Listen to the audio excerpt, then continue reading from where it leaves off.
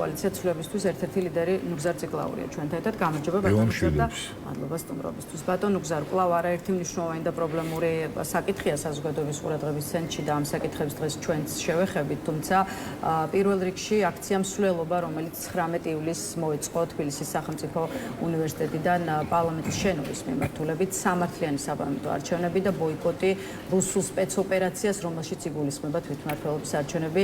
სწორედ ეს იყო გამართული მსვლელობის მთავარი ლოზუნგი. ანუ მივიღეთ მოცემულობა, როცა ოპოზიცია ხალხთან ერთად, მოქალაქეებთან ერთად აქციას უწყობს არა მხოლოდ ხელისუფლებას, არამედ იმ ორ ოპოზიციურ ძალას, გახარიას პარტიას და ლელოს გულისხმობ, რომლებიც თვითმმართველობის არჩევნებში აპირებენ მონაწილეობის მიღებას. შესაბამისად, ეს რამდენად ნორმალური ვითარება, ასეთი ვითარება რამდენად დამახასიათებელია პოლიტიკური ცხოვრებისთვის და ბოიკოტის მომხრე ოპოზიციური პარტიები, მაგრამ ამასაც გითხავთ, ზედმეტად მკაცრი ხომ არ ხართ გახარიას პარტიის და ლელოს მიმართ, რომლებსაც განსხვავებული პოზიციის გამო აღარ უშვებთ, ასე ვთქვათ, საპროტესტოდ ქუჩებში გამოსულ მოქალაქეებთან. მე ვფიქრობ, რომ ის ხალხი, ის პოლიტიკური პარტიები და რაც მთავარია, ის საზოგადოება, რომელიც გამოვიდა ქუჩაში, არის პრინციპული და თანმიმდევრული იმ პროტესტში, რომელიც დაიწყო საქართველოში გასული წლის გაყალბებული არჩევნების შემდეგ. ამიტომ დიახ, ეს აქცია იყო ხელისუფლების წინააღმდეგ, მაგრამ ნამდვილად მისი მიზანი არ ყოფილა რომელიმე პოლიტიკური პარტიის წინააღმდეგ გამოსვლა. უბრალოდ აქ არის პრინციპულობა იმ საკითხებთან დაკავშირებით, რაზეც ვთქვით, ეს არის არაღიარება ხელისუფლების და იმ პროტესტის ერთგულება, რომელმაც მოიტანა არნახული უმაგალითო შედეგები უკვე 8 თვის თავზე. პრაქტიკულად მთელი ქართული ოცნება არის იზოლირებული ახლა როგორც ქვეყნის შიგნით, ასევე განსაკუთრებით ქვეყნის გარეთ, მას არ აღიარებს არც ერთი დემოკრატიული სახელმწიფო, გვესმის რეზოლუციების ტონალობა, პირდაპირ მითებები და ქართული ოცნების სრული იზოლირება თავისუფალი სამყაროსგან.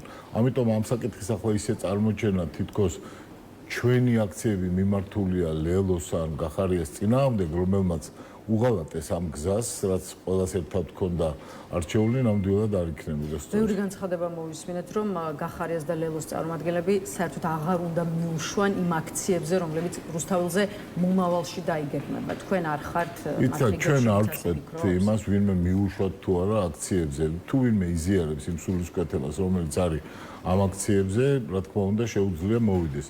მთელი პრობლემაც იმაშია, რომ ვერც ლელოს, ვერც გახარიას წარმომადგენლებმა ვერ გაბედეს მოსულიყვნენ და ისულიყვნენ იმ ხალხთან, რომელთა ინტერესების წინააღმდეგ სამწუხაროდ გადადგეს ნაბიჯი.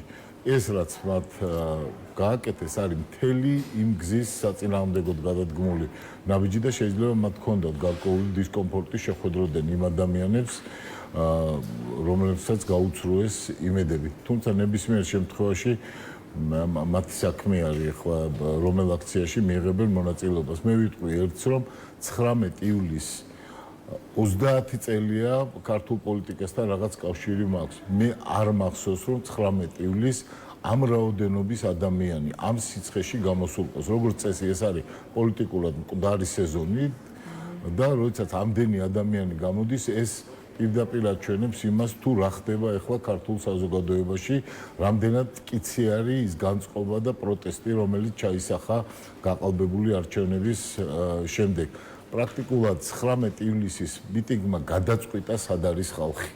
რა გზას უჭერს ხალხი და ყველას ნება არის, რა თქმა უნდა, რომ აგუჩა დაიგდონ საკუთარი პრინციპები, საკუთარი მრწამსი, საკუთარი პოლიტიკური კრედო და ნამდვილად ახლა ვერც ლელოს და ვერც გახარიას პარტიას რამისაკენ ვერ მიუთითებ, მაგრამ ხალხის ნება არის მას შემდეგ რაც ასეთ ღალატს ნახავს, მიიღოს საკუთარი გადაწყვეტილებები. მე ვფიქრობ ხალხმა კაფიოდ გამოხატა ის დამოკიდებულება, რაც აქვს დღევანდელი პოლიტიკური პროცესი. აი მამუკა ხაზარაძე აქვეყნებს მორიგ წერილს რუსთავის საპატიმროდან, არარუსულ არჩევნებს არის ფოკუსის დაკარგვა, ივანიშვილის რუსული რეჟიმის გააქტიურებას ხელს ვერ შეუშლის, ვერ შეუწყობს თავდასხმები, შეურაცხყოფა და ბულინგი ბრძოლის განსხვავებული სტრატეგიის გამო სწორედ ასე აფასებს იმ მდგომარეობას, რაშიც დღეს აღმოჩნდა ლელო და გახარიას პარტია ჩაყენებული.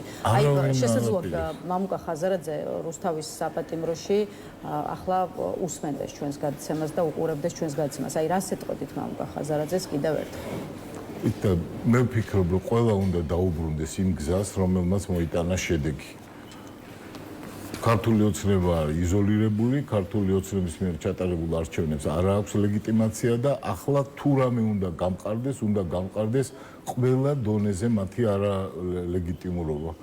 და მონაწილეობა ახლა იმ საარჩევნო ფარსში, გნებავთ რუსულ სპეცოპერაციაში არის მხოლოდ ჩანსის მიცემა ქართული ოცნებისათვის, რომ რაღაცნაირად აღიდგინოს იმიჯი. განსაკუთრებით იმ პირობებში, როდესაც ორი მთავარი ოპოზიციური პოლიტიკური პარტია აქ არ მონაწილეობს, ხოლო ბოლო კვლევებით, რომელიც თვით მამუკა ხაზარაძის მიერ იყო დაკვეთილი, მათ პარტიას 5%-იც არ აქვს. ამიტომ ამ ვითარებაში ახლა გასვლა არჩევნებს და ქართული ოცნებისთვის შანსის მიცემა თქვას, რომ აი მეტნაკლებად იყო რაღაცა პირობები შექმნილი აქ დემოკრატიული არჩევნებისათვის, მიმაჩნია, რომ პირდაპირ მიმართული არის იმ დიდი და ჰეროიკული ბრძოლის წინააღმდეგ, რომელიც თელმა ხალხმა აწარმოა ამ თვეების განმავლობაში. ლელოს პოზიციაზე და პასუხზე გკითხეთ, ახლა გახარიას საპასუხო განცხადების შესახებაც დაგისვავთ კითხვას. გუშინაც იყო ჩვენი გადაცემის ერთ-ერთი სტუმარი გახარიას პარტიის წარმომადგენელი, რომელმაც კიდევ ერთხელ აღნიშნა, რომ თვითმმართველობის არჩევნებზე მოქალაქეები არ უნდა დარჩნენ მხოლოდ ერთადერთი არჩევანის წინაშე, რომელიც იქნება დაკავშირებული ქართულ ოცნებასთან. ყოფილი პრემიერის გუნდში მიიჩნევა, რომ მართველი პარტიის ელექტორატზე აისახება ის ნაბიჯები, რასაც ქართული ოცნება ბოლო პერიოდის განმავლობაში დგამს, ანუ ხელისუფლება კარგავს ამ ამრჩეველს, რომელთა ხმების წამოღებაც შეუძლია სწორედ ოპოზიციას. აი დავსვათ ეს კითხვაც, მოდი. თუ კი ბიულეტენზე ამ ამრჩეველს არ დახვდება ქართული ოცნების გარდა სხვა პარტია, ვის მისცეს ხმა? აბსოლუტურად საპირისპირო დამოკიდებულება, პირიქით ქართული ოცნება უნდა დარჩეს საკუთარ თავთან მარტო, ისე როგორც დარჩა პარლამენტში მარტო და ეს არის ერთპარტიული, რაღაც ჩრდილოკორეული პარლამენტი და მისი აღიარება სწორედ ამიტომ არ ხდება და რამდენად ოდიოზური არის ის გადაწყვეტილებები, ის კანონები ჩვენ ხედავთ და რამდენად ოდიოზურია თუნდაც ის კომისია, რომელიც შექმნეს და ვითომაც იკვლევენ რაღაცა წარსულის დანაშაულებს. აი სწორედ ასეთი უნდა იყოს ყველაფერი, რაც ქართულ ოცნებასთან არის დაკავშირებული. როდესაც ადამიანი არ ცნობს წესებს, როდესაც აკეთებს ანტიევროპულ განცხადებებს, როდესაც საქართველოს უკეტავს გზას ცივილიზაციისაკენ, როდესაც დაკავებული ყავს ყველა პოლიტიკური პარტიის პრაქტიკულად ლიდერი, გარდა იმათი გახარიასი, რომელიც უბრალოდ არ ჩამოდის, თორე ალბათ მასაც დაიჭერენ. მე ვფიქრობ, ქართულ ოცნებას იმის ფუფუნება აღარ უნდა მისცეს, რომ ვითომც და რაღაც სამართლიან არჩევნებში ერთვება. ის რომ მათ გააყალბეს არჩევნები, ის რომ ისინი არ წარმოადგენენ ქართულ ხალხს, უკვე არის დასაბუთებული. ახლა უკვე მეორე ამბავი ხდება, რაც 28 ნოემბრიდან დაიწყო, რაც აშკარა ანტიევროპულ განცხადებებში გამოიხატა და გუშინაც ვიხილეთ, ხო, პრემიერ-მინისტრის სრულიად მიუღებელი განცხადებები. პრაქტიკულად ამ ხალხმა მტრის ხატი შექმნა ევროპისაგან და მათ განცხადებებში უკვე გამოსჭვიეს მხარდაჭერა რუსეთის მიმართ, რომ აი რატო არის ევროპა ასე რომ იარაღდება, რატომ ეხმარება უკრაინას, ამახო შეიძლება რუსეთის დასუსტება გამოიწვიოს, პრაქტიკულად პირდაპირ წარმოადგენენ რუსული რეჟიმის განაყოფს. სხვა შორის ეთყობა მწვავე არის მათთვის ეს თემა და ხშირად ამბობენ, რომ აი რატო ვარ ჩვენ რუსები. მინდა გავიხსენოთ რა არის მათი ხელისუფლებაში ყოფნის ანატომია, რატომ არიან რუსული რეჟიმი. იმიტომ რომ მოსვლის პირველივე დღიდან პოლიტპატიმრად გამოაცხადეს ჩახალიანი, რომელიც დღეს სომხეთმა დააპატიმრა რუსეთის აგენტობის გამო. პოლიტპატიმრად გამოაცხადეს კრილნიკოვი. ქართველი სამხედროების 15,000-ზე მეტი ქართველი სამხედრო მოსამსახურის სიები გადასცეს რუსეთს. საქართველოს ჩამოიყვანეს და დამოუკიდებლობის გამოცხადების ადგილას დასვეს გავრილოვი და რაც მთავარია, საქართველოს უკეტავენ ევროპის გზას. მე ვფიქრობ, რომ აქ მეფე შიშველი არის, უკვე ყველაფერი ცხადი არის, მათი ანტირუსულობაც, მათი ანტიდემოკრატიულობაც და ახლა მათთან ერთად ადგილობრივი არჩევნებში შესვლა და საუბარი იმაზე, რომელიმე სოფელს რა ჭირდება, გაზი თუ წყალმომარაგება, ეს არის უბრალოდ თავის მოტყუება. ქართულ ხალხს სურს ნამდვილი ცვლილებები.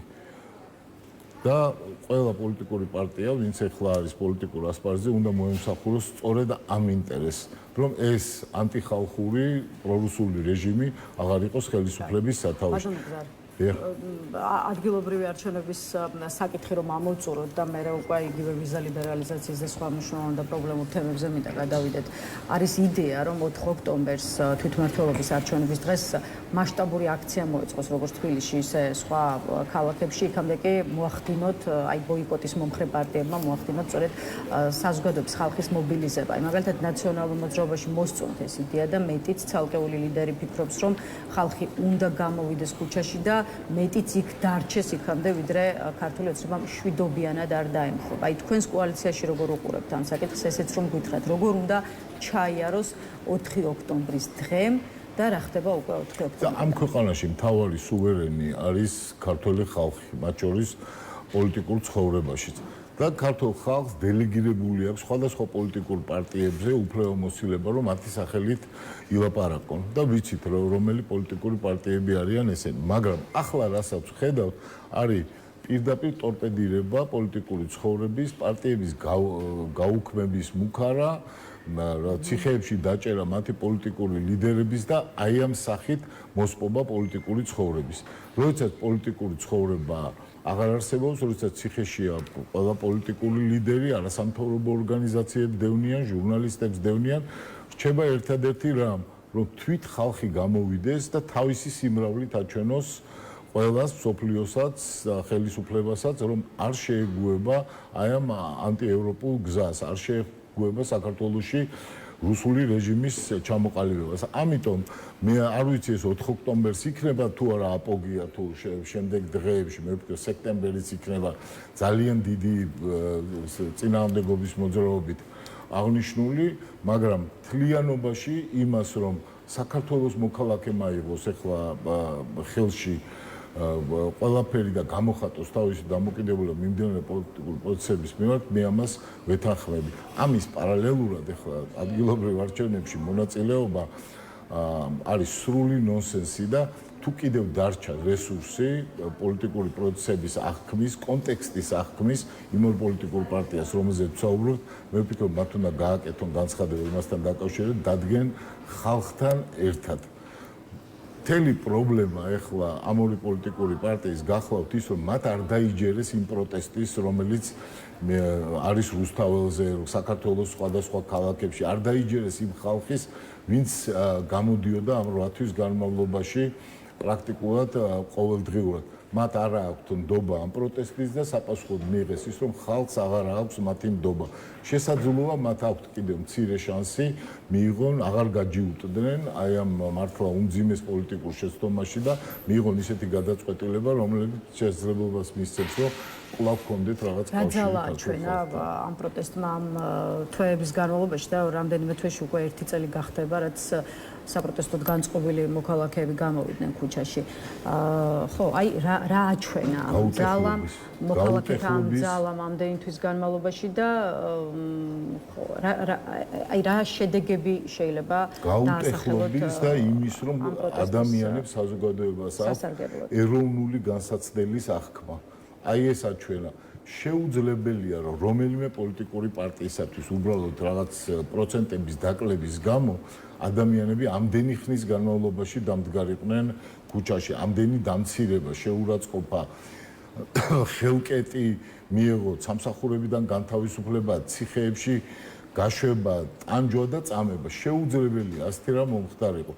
ქართველი ხალხი გრძნობს, რომ ახლოვდება ის პერიოდი, როდესაც ჩვენ უნდა წავიდეთ ან ევროპის გზით, ან უნდა წავიდეთ, ან უნდა ჩავრჩეთ უფრო სწორად აი ამ რკინის ფარდის მიღმა, სადაც ამდენი ათეული წელი ცხოვრობდა ჩვენი ქვეყანა. და აი ამიტომ არის, რომ ეს არის გაუტეხლობა. ხალხმა იცის, რომ აი თუ ახლა გაიმარჯვა ხელისუფლებამ, ხო, მაშინ საქართველოს დამარცხდება. და ჩვენ ყველამ კარგად ვიცით, რომ არ გავტყდებით ჩვენ, გატყდება რეჟიმი. აი ეს არის ახლა ეს ვითარება. ნებისმიერ ხელისუფლების მიერ ნორმალიზაციისკენ გადადგმული ნაბიჯი და ოპოზიციის შეგებება ამ ნორმალიზაციასთან მიმაჩნია, რომ არის ჩვენი ქვეყნის ეროვნული ინტერესების საწინააღმდეგო. ბატონო, სხვა მნიშვნელოვან საკითხებზეც მინდა გადავიდეთ და ამჯერად ვიზა ლიბერალიზაცია და მისი შეჩერების რისკი ქართულ ოცნებაში მორიგი და ახალი განცხადებები კეთდება, თუმცა ამაზე მოგვიანებით კითხავთ, იქამდე საპატრიარქო ავრცელებს განცხადებას და ერთი კითხვით ჩვენი ეკლესიის პოზიციაც შევაფასოთ. ციტატა: ბოლო რეკომენდაციები ეკლესიის სერიოზულ შეშფოთებას იწვევს. ილია მეორეს არაერთხელ აღუნიშნავს, რომ ევროპული არჩევანი შეიძლება განხორციელდეს იმ პირობებში, როცა თავს მოხვეული არ იქნებოდა არატრადიციული ცხოვრების წესის პროპაგანდა. ამის ფონზე ევროპელთა რეკომენდაციები დიდ გაწმილებას იწვევს, სრულად ეწინააღმდეგება დაპირებებს, რომლებიც წარსულში არაერთგზის დაფიქსირდა პარტნიორ ქვეყნებთან ურთიერთობისასო, ნათქვამია საპატრიარქოს განცხადებაში. აი რა გაქვთ სათქმელი საპატრიარქოს პოზიციაზე? საზოგადოებასთან ურთიერთობის განცხადება და სანამ შემოვიდოდი ეთერში ნახე ერთი პოსტი, რომელიც საუბრობს იმაზე, რომ ოფიციალურ გვერდზე არ დევს საპატრიარქოსი აი ეს განცხადება. არ ვიცი ეს რამდენად ზუსტია, მაგრამ ნახე ასეთი პოსტით, რომ ეს თითქოს და არის რაღაც საპატრიარქოს ერთი ჯგუფის პოზიცია. ეხლა რაც შეეხება თვითონ მათ განცხადებას, მე მიმაჩნია, რომ საქართველოს ევროპულ სივრცეში შესვლისათვის ჩვენი უმთავრესი მარკერი არის ქართული მართლმადიდებელი ეკლესია. ის რომ ჩვენ გავხდეთ იმის წევრები, თავარი პასპორტი, რაც ჩვენ მიგვაქვს ევროპაში, არის ჩვენი ქრისტიანული ღირებულებები, განვლილი გზა და თანაზიარობა იმასთან, რასაც წარმოადგენს ევროპა.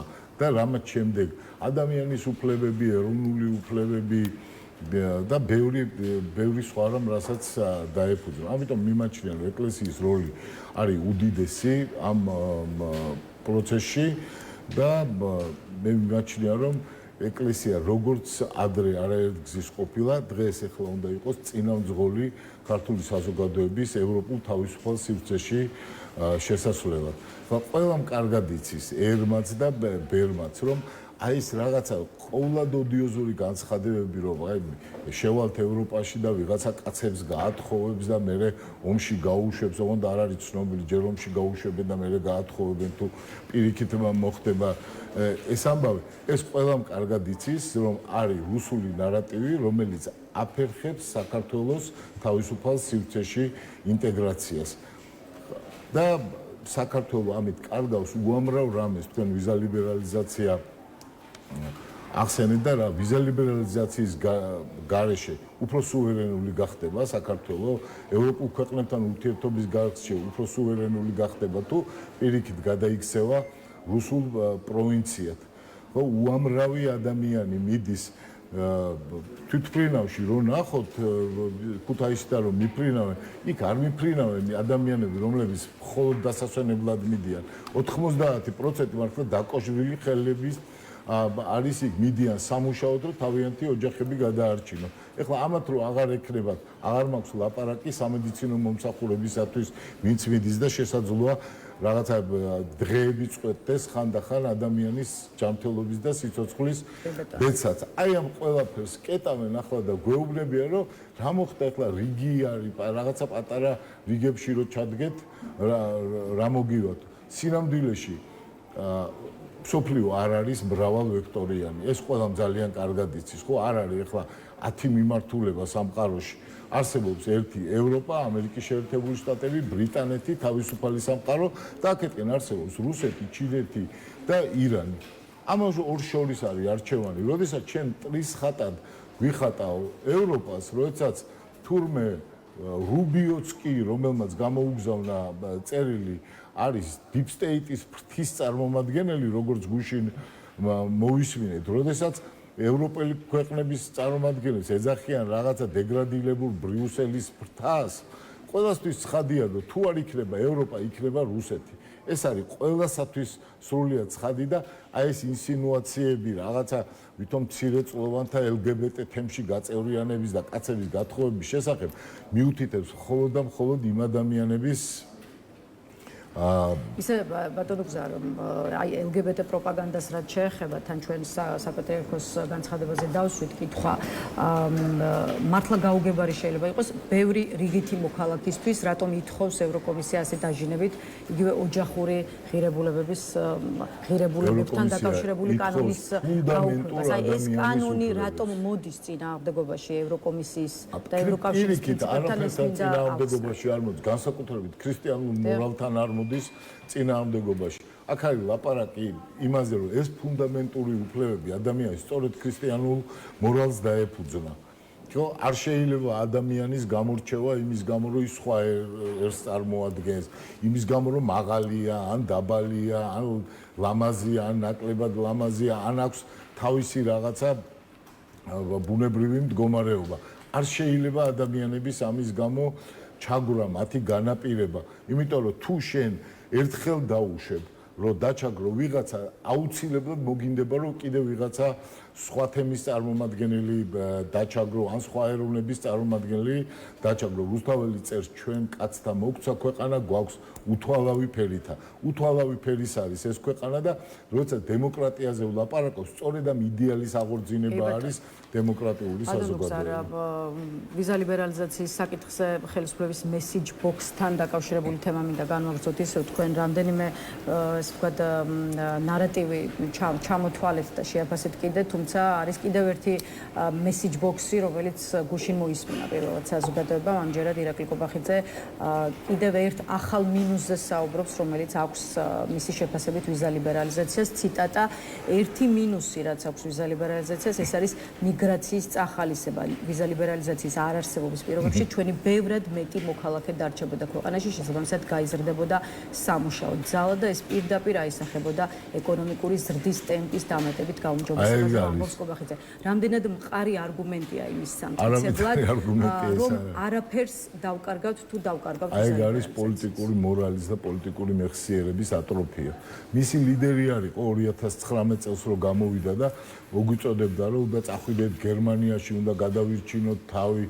ბიძინა ივანიშვილს არ ეკუთვნის ეს სიტყვები თურმე ახლა ევროპა გახდა მიგრაციის ხელშემწყობი ფაქტორი უამრავი ადამიანი მიდის ევროპაში და შემდეგ ოჯახები ამით სულდგმულებენ ხო მართლა ევროპამ სული მოათქმევინა საქართველოს იქ წასულმა ადამიანებმა ვინც მუშაობენ ახლა ეს ურთიერთგამომრიცხავი იმისა რასაც ამბობდა ბიძინა ივანიშვილი და დღეს სრულიად საწინააღმდეგოდ ამბობს კობახიძე კარგად მეტყველებს იმაზე რომ ხელისუფლებაში არიან ადამიანები რომელთაც არც სიტყვას არც მწამს არც საკუთარ ნათქვამ პოზიციას და მის ცვლილებას არავითარი ფასი არ აქვს აი დღეს იტყვიან ასე ხვალ იტყვიან სრულიად სხვა რამეს იმიტომ რომ მოტივირებულები არიან ერთადერთი სურვილით როგორმე შეინარჩუნონ ძალაუფლება მართლა ეშმაკთან ყრიან წილს თუ კი შეინარჩუნებენ ძალაუფლებას იმიტომ რომ მათ კარგად იციან თუ წესიერი პოლიტიკოსისათვის ძალაუფლების დაკარგვა ნიშნავს პოლიტიკურ მარცხს და არა იმას რომ რაღაც სხვა პრობლემები შეექმნება მათ კარგად იციან რომ თუ დაკარგეს ხელისუფლება ის ასობით მილიონი დოლარი რაც მოპარეს ქართულ ხალხს და რისთვისაც ახლა თვითონ ერთმანეთს ტყვიას ისვრიან ან ხანდახან იხლიან ტყვიას ხო გახდება ყველასათვის ცნობილი აი ეს არის ახლა ქართული ოცნების პრობლემა ეს ადამიანები არიან რაღაც ჩამოყალიბდნენ თაღლითების და ქურდების პარტიად რომელთაც არავითარი მნიშვნელობა არ აქვს მორალს ნებისმიერ რამეს მოიგონებენ მათ შორის იმას რომ თითქოს ევროპის საზღვარზე ვიღაცები ხვდებიან ქართულ კაცებს გასათხოვებლად და ასე შემდეგ ნებისმიერ რამეს ნებისმიერ სიმდაბლეზე წავლენ ოღონდ კი როგორმე ხელისუფლება შეინარჩუნოს და როდესაც ასეთი ატროფია ხდება ყველა ღირებულების, რასაც შეიძლება პოლიტიკოსი წარმოადგენდეს, მე ვფიქრობ, რომ თავარი პასუხის მომთხოვნი ამ შემთხვევაში უნდა იყოს ქართული ხალხი. ქართული ხალხი ამას აკეთებს, მასშტაბი იზრდება, 19 ივლისმა განახარო ეს მასშტაბი იზრდება და მე ვფიქრობ, სექტემბერი იქნება ერთ-ერთი ყველაზე უფრო დიდი საპროტესტო ტალღის თვე. არა, არსად არ ვისვენებ, სხვა შორის კაი იქნებოდა ეს ცოტა ხანი რომ დაგვესვა, მაგრამ თუ ჩვენზე გვეკითხებით ახლა ბოლო 2 კვირის განმავლობაში ალბათ 12 ან 13 ადგილას ვიყავით საქართველოს სხვა ეს არის კახეთი, სამეგრელო, იმერეთი, ბათუმი, ყველგან დავდივართ, რომ აი ეს мотиваცია და თუ ვინმეს აინტერესებს როგორი არის мотиваცია იქ, ნამდვილად გეუბნებით, რომ რო ჩავსულიყავით ნეიტრალურები, ჩამოვიდოდი ძალიან რადიკალური განწყობით. ასეთი არის ხალხში განწყობა და მე ვფიქრობ, ეს არის ის ეროვნული ტალღა, რომელსაც ვერაფერი ვერ შეაჩერებს. არც წდება, არც პარტია ახალი, არც სხვა რომელიმე პოლიტიკური პარტიის, არც ცალკე აღებული პოლიტიკური პერსონის ბედი. ახლა წდება საქართველოს ბედი. თუ ეს დამცირება, თუ ეს შეურაცხყოფა ჩვენ ახლა გავატარეთ, რაც ქართული ოცნების მხრიდან მოდის, ეს გაგრძელდება ყოველდღიურად წლების განმავლობაში და თაობებს დაუკარგავს მომავალს. ბატონო გზა, აი რასეუბნებით ხალხს, რა არის მთავარი ორი ერთი ჩვენს პარტიულ წარმომადგენლობასთან სოფელში ჩაგაქვთ და აქვე გითხავთ ბარემ აი 8 ოპოზიციური პარტიის გაწყვეტილებაზე, რომელიც ასევე 19 ივლისის აქციაზე გაჟღერდა და რომელიც გულისხმობს იმას, რომ რეგიონებში წინააღმდეგობის წევრების ორგანიზებას იწყებთ. აი რას ნიშნავს ხო ეს ყველაფერი, რომ გითხრათ. ნამდვილი რეზისტანსი არის.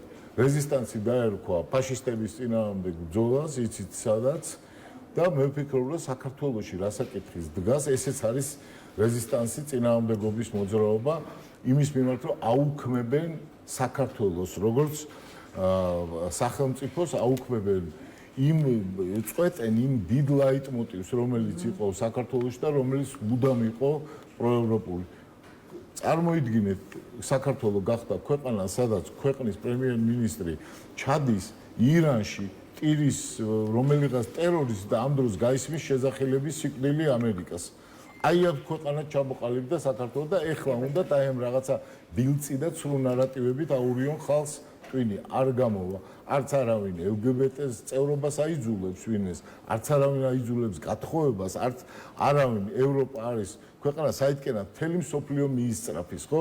ეხლა აი კიდე ერთი შემხვდა, რომ აი საბჭოთა კავშირი რაც იყო, იგივე არის ევროპის კავშირი, იძახიან. საბჭოთა კავშირი ვისაც უცხოვრია და ვისაც არ უცხოვრია და იცი საბჭოთა კავშირი იყო ქვეყანა, რომელსაც რკინის ფარდა ჰქონდა შემოსაზღვრული, რომ იმიტომ რომ ყველას გაქცევა უნდა და აი ამ ქვეყნიდან. ხოლო ევროპის კავშირი არის ის ადგილი, სადაც მთელი მსოფლიოდან ადამიანები მიდიან, იმიტომ რომ იქ არის კეთილდღეობა, იქ არის თავისუფლება და ეხლა უნდათ რომ აი ეს ყველაფერი გადაგვიტრიალონ ჩვენ თავში და ეს ქვეყანა აქციონ რაღაცა უბედურების ადგილად, სადაც ადამიანებს ცხოვრება აღარ მოუნდება. ბატონო გზა, სულ რამდენიმე წუთი დაგვრჩა და არ მინდა დაგემშვიდობოთ ისე, რომ ერთი კითხვა მაინც არ დავსვათ აფხაზეთში შექმნილ სიტუაციას და იმ ყველაფერზე, რაც ახლა ჩვენს ოკუპირებულ რეგიონში ხდება, მაგალითად გუშინ რუსეთის ვიცე-პრემიერი ჩავიდა ოკუპირებულ აფხაზეთში, რომელმაც ეგრეთ წოდებულ პრეზიდენტთან ერთად სოხუმის აეროპორტი დაათვალიერა, ისინი გაიცნენ მის მუშაობას და განიხილეს შემდგომი განვითარების პერსპექტივები. არაფერზე, რაც ბოლო პერიოდში აფხაზეთში ხდება, არის მის საქართველოს ცენტრალური ხელისუფლების გამოხმაურება, რაც კიდევ ერთი მიზეზი არის, გამოც ქართული ოცნება კრიტიკის ობიექტია. აი რა გონიათ მიზეზები იმის, რომ აფხაზეთში მიმდინარე პროცესებზე ქართულმა ოცნებამ ფაქტობრივად ლაპარაკი შეწყვიტა. ეგეც არის კრახის, ხო გვახსოვს პირველი განცხადებები რა იყო ქართული ოცნების. საქართველო არ უნდა გახდეს დასავლეთსა და რუსეთს შორის დაპირისპირების საგანი. ჩვენ არ უნდა გავაღიზიანოთ რუსეთი და ჩვენ დავალაგებთ რუსეთთან ურთიერთობა. ახლა რას ვხედავთ? ვხედავთ ცოცხალ ოკუპაციას, ვხედავთ ოჩამჩირეში მაწყვოვანი პორტის გამზადებული არის მთლიანად რუსული პორტი, ვხედავთ იმას, რომ სულ უფრო და უფრო მეტი არის კავშირები რუსეთსა და აფხაზეთს, რუსეთსა და სამხრეთ ოსეთს შორის და ახლა უკვე პასპორტების გაადვილებაზეც არის ლაპარაკი, რომ ამ რეგიონებში რომ არ იწვალონ აქ აი ოკუპირებულ ტერიტორიებზე ადგილზევე მოხდეს. ვერც ერთი მიმართულებით ქართული ოცნება ვეღარ ახერხებს თავისი ჩვენი ხალხის საგარეო პოლიტიკური ორიენტირების დაცვას. ვერსად, იმიტომ რომ როდესაც არ გაქვს ხალხის ხარდაჭერა, შეუძლებელია რომ ან ეკონომიკაში, ან კულტურაში, ან თავდაცვაში, ან საგარეო პოლიტიკაში კონდეს წარმატება. ეხლა დაემართა ეს ქართულ ოცნებას და ხალხის გარეშე კი შეუძლებელი არის მადლობა ბატონო გზა იმისთვის რომ იყავით ჩვენი სტუმარი, ნუგზარ ციკლაური პასუხობდა ჩვენს კითხვებს.